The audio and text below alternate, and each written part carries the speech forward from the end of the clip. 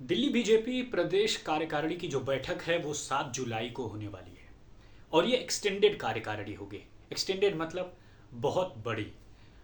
यानी कि इससे पहले जब तक कार्यकारिणी होती थी उसमें और इस बार की कार्यकारिणी में सबसे बड़ा अंतर यही होगा कि इस बार की कार्यकारिणी में न केवल जो है पदाधिकारी शामिल होंगे, 250 मंडलों के अध्यक्ष शामिल होंगे, बल्कि उन कार्यकर्ताओं को भी शामिल किया जाएगा जिन कार्यकर्ताओं ने इस आम चुनाव 2024 में अच्छा प्रदर्शन किया, यानी बूथ को जिताने का काम किया।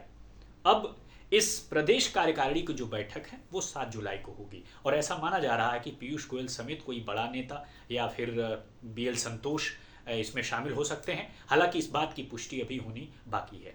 लेकिन खास बात समझिए कि अभी आम चुनावों के बाद जो सबसे खास बात ये है वो ये है कि हरियाणा में चुनाव होने हैं, महाराष्ट्र में होने हैं। लेकिन अब दिल्ली बीजेपी ने इस बात की तैयारी करनी शुरू कर दी है कि आखिरकार 2025 का जब चुनाव होगा दिल्ली विधानसभा का, तब क्या रणनीति होगी। अब उस मायने में ये जो प्रदेश कार्यकारिणी है बहुत खास हो जाती है। बहुत खास इसलिए क्योंकि इसमें पदाधिकारी कार्यकर्ताओं को शामिल तो किया ही जाएगा। इसमें सबसे खास बात होगी वो रणनीति जिस रणनीति पर चलकर बीजेपी को लगता है कि वह जो वनवास झेल रही है दिल्ली में, कम से कम वह वनवास खत्म हो जाए और उसका अवसर आ रहा है 2025 में आ रहा है। यानी 2025 के शुरुआती महीनों में यानी जनवरी फरवरी में चुनाव होने को हैं। यानी उससे ठीक पहले अगर आप मान लीजिए तो चुनाव आचार संहिता लागू हो सकती है, यानी चुनाव की घोषणा हो सकती है। तो ये प्रदेश कार्यकारिणी बहुत अहम मानी जा रही है कि ठीक आम चुनावों में जब पूरी बीजेपी ने क्लीन स्वीप किया, तकरीबन 7 की 7 सीटें 2014-2019 में जीते और 2024 में भी जीते, तो अब ये रणनीति या ये जो जीत है वो बरकरार रखी जाए दिल्ली विधानसभा में। अब जरा देखिए, दिल्ली में दिल्ली के मुख्यमंत्री अरविंद केजरीवाल हैं और जिसका शासन 2014 के बाद से आपने देखा कि यहाँ पर 9 साढ़े 9 साल भी हो गए और दिल्ली में एक तरह से वनवास है बीजेपी का। 20 साल से ज़्यादा का वक्त हो गया है, या यूँ कहें 24 साल का वक्त हो गया है जब बीजेपी यहाँ पर विपक्ष में बैठी हुई है। तो उसे अवसर दिखाई देता है कि यह 2025 का वो समय है जिसमें उसे पुख्ता तौर पर दिल्ली विधानसभा की 70 सीटों में अधिक से अधिक सीटों पर विजय होगी। अभी दिल्ली बीजेपी के 8 विधायक थे।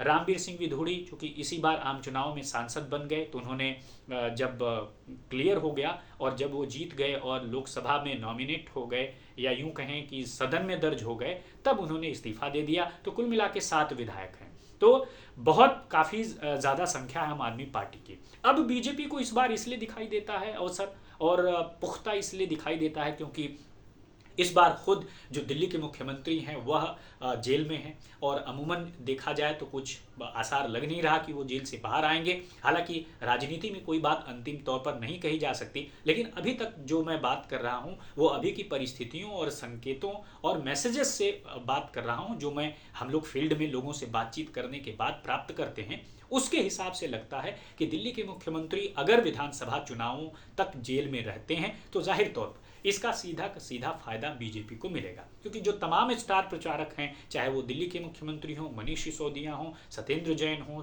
और एक संजय सिंह को छोड़ दें तो बाकी सभी बड़े चेहरे इस वक्त जेल में हैं। तो बीजेपी को लगता है कि यही वो ऐसा वक्त है जब करप्शन इस बार चिपक गया है आम आदमी पार्टी पर और बाकायदा एजेंसियां लगातार काम कर रही हैं।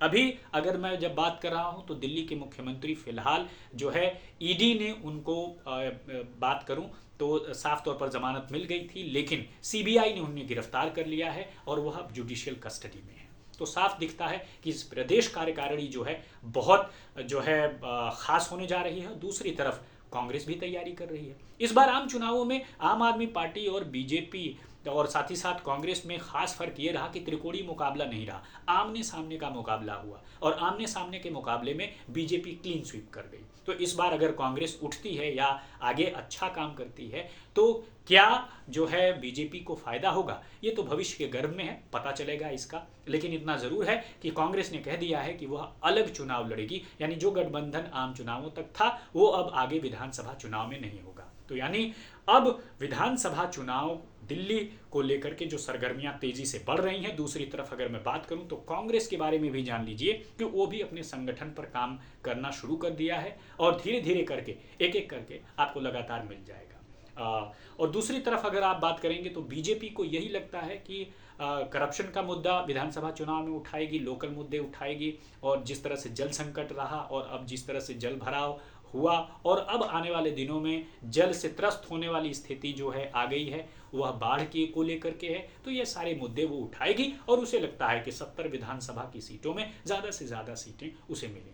बहरहाल ये तो जनता ही तय करेगी दिल्ली की कि किसे कितनी सीटें मिलती हैं, लेकिन इतना ज़रूर है यह प्रदेश कार्यकारिणी बीजेपी की बहुत खास होने जा रही है, क्योंकि एक मुख्य कंटेंडर के तौर पर विपक्ष में बीजेपी बैठी है। तो क्या इस बार बीजेपी अपना वनवास खत्म कर पाएगी? इसका उत्तर बाद में मिलेगा जब चुनाव परिणाम आएगा। तब तक के लिए धन्यवाद।